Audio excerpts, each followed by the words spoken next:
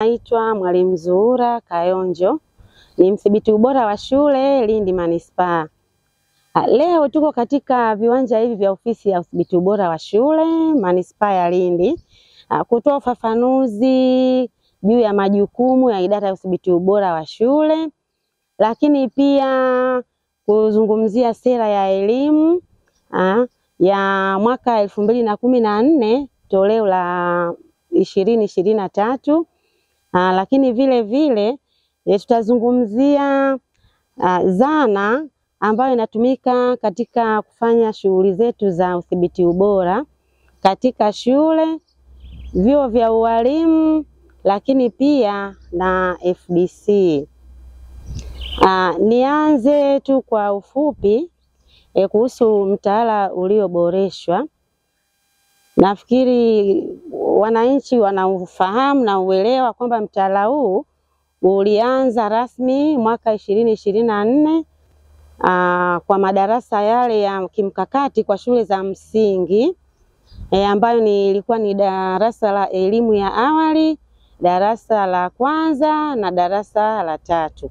Lakini kwa mwaka 2025 mtaala huu sasa umeongeza madarasa kwa shule za msingi, kwa darasa la pili nao pia wanaendelea na huo mtaala.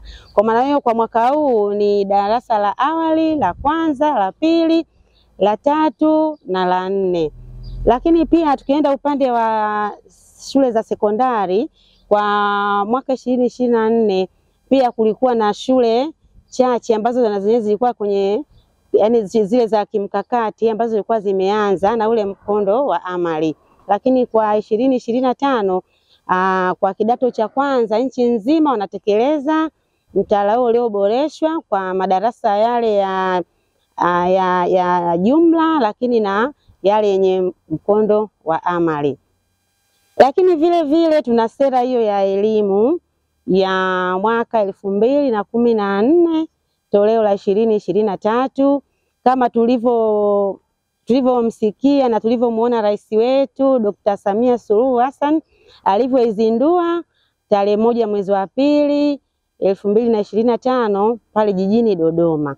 Na madhumuni ya kuizindua sera hiyo, tunajua kwamba sera ni kitu ambacho kimebeba ni kitu kikubwa ambacho kinasaidia elimu kuweza kutimiza majukumu yake. Kwa sababu tukiangalia kwenye elimu tuna miongozo, tuna kanuni, tuna sheria. Hizo zote zimetokana na nini? Na sera ya elimu. Kwa hiyo tunavyoitekeleza kwa ubora wake, ina maana hata elimu ambayo itakuwa tunaitoa kwa wanafunzi wetu itakuwa ni bora zaidi.